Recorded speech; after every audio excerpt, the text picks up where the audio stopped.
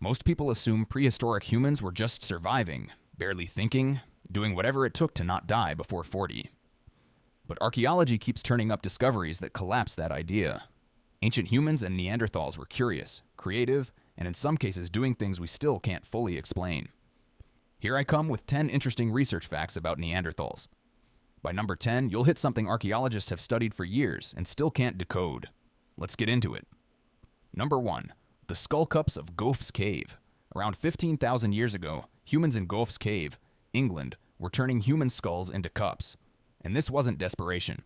It would have been faster to just smash the skull open for the brain. Instead, the skulls were scrupulously cleaned of soft tissue, with cut marks on the lips, cheeks, and tongue. The eyes removed, before the face and base of the skull were carefully carved away. Neat. Presentable. The skull cups found at Gough's cave are the earliest directly dated examples known. Evidence of skull cups at 2 other Magdalenian sites in France is another clear indication that shaping skulls may have had symbolic meaning. Number 2. Neanderthals wore eagle claw jewelry 130,000 years ago. Here's where things get interesting because a lot of people still picture Neanderthals as shuffling, dim-witted brutes. And then you find something like this. Then you find this. 8 polished eagle talons in Croatia from at least 3 different white-tailed eagles, cut and curated as a set, almost certainly a necklace. And this was crafted before modern humans ever set foot in Europe. Neanderthals weren't copying us. They were making symbolic, complex jewelry tens of thousands of years before we showed up. As one researcher put it, the more we learn about them, the more sophisticated they become. Number 3. Prehistoric toothpicks, probably for toothaches. No dentists. Plenty of toothaches. Neanderthal teeth show deep grooves from repeated toothpicking with a pointed stick. And at least one individual had painful gum disease, meaning this wasn't a habit, it was pain relief. This behavior goes back even further to Homo habilis, one of our much older ancestors. Dealing with a bad tooth might be one of the oldest instincts in our entire family tree. But the toothpick wasn't the end of it. Some prehistoric humans went a lot further. Number 4, they drilled into rotten teeth.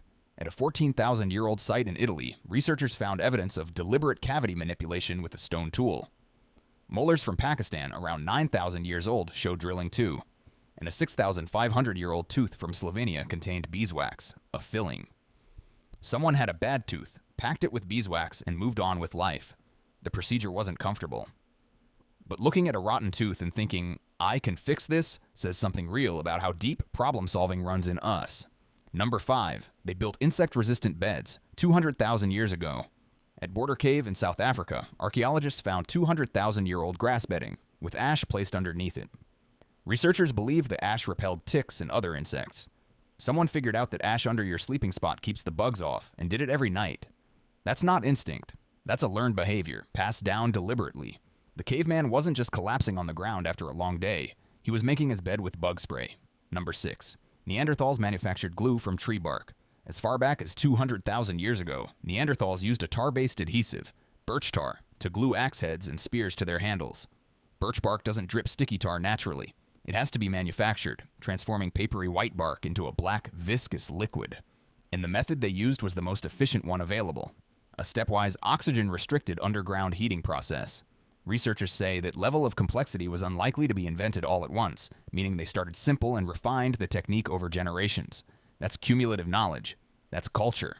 Number 7, they collected bird feathers for fashion, not for food, not for warmth, for how they looked. Multiple Neanderthal sites show deliberate processing of raptor and raven wings for feathers across different locations and thousands of years, a pattern too consistent to be coincidence. That's a choice. That's personal style. Someone looked at a big dark feather and thought, I want that on me. Number 8, 3-ply string made by Neanderthals, over 40,000 years ago. A tiny cord fragment found in France, 41,000 to 52,000 years old, made of 3 plant fiber bundles, individually twisted one way, then plied together the opposite way. The same basic structure as rope today. Researchers say it implies knowledge of fiber processing, and possibly bags, nets, mats, or baskets that just didn't survive. You don't make 3-ply cord by accident. You have to understand tension and twist.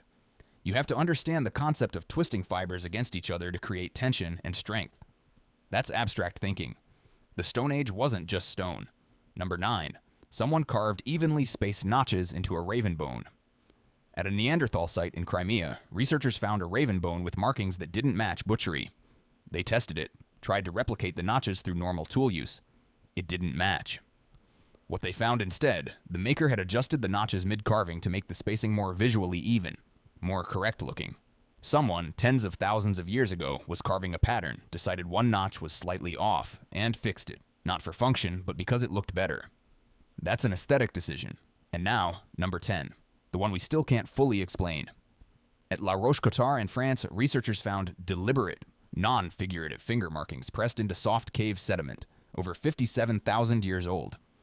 Not paintings, not handprints. The cave was sealed off by sediment before Homo sapiens ever reached that part of Europe, which means modern humans couldn't have made them. These are Neanderthal, full stop. What do they mean? We don't know. Just deliberate marks made deep inside a cave by someone who had a reason we no longer have access to. And that might be the most human thing on this entire list, the fact that they felt compelled to make something, well, even when we can't explain why. Skull cups, eagle claw jewelry, birch tar glue, finger marks on a cave wall. None of this fits the grunt and club version of prehistory we grew up with. These were people who improved their tools over generations, who treated pain, who cared whether a pattern looked right, who went into a dark cave and left a mark for reasons we may never understand. The dumb caveman stereotype isn't just wrong, it's almost the opposite of what the evidence shows. If this is something that interests you, please subscribe and drop a comment with the one that surprised you most. See you in the next video.